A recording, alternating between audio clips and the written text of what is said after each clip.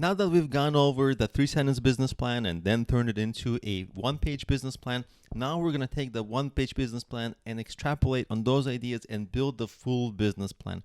Now, the first section of the full business plan is the executive summary, so we're going to start covering that now.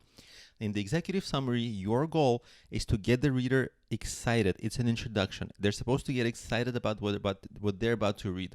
And they're getting excited about the business, not your writing style. So you have to introduce the business.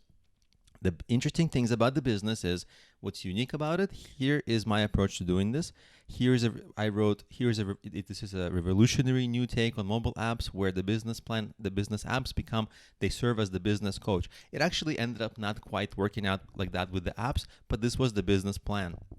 And by the way, when I give the examples of the business of my apps, I don't mean to promote them to you. This just happens to be the apps, the business that I know best. So that's why I'm able to create the business plan examples with this business.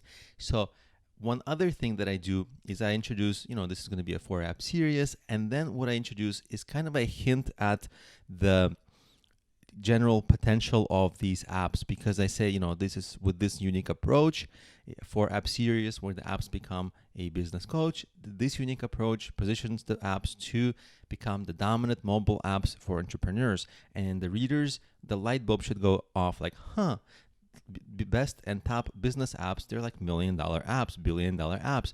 So then they're like, oh my God, big opportunity, unique approach, big opportunity.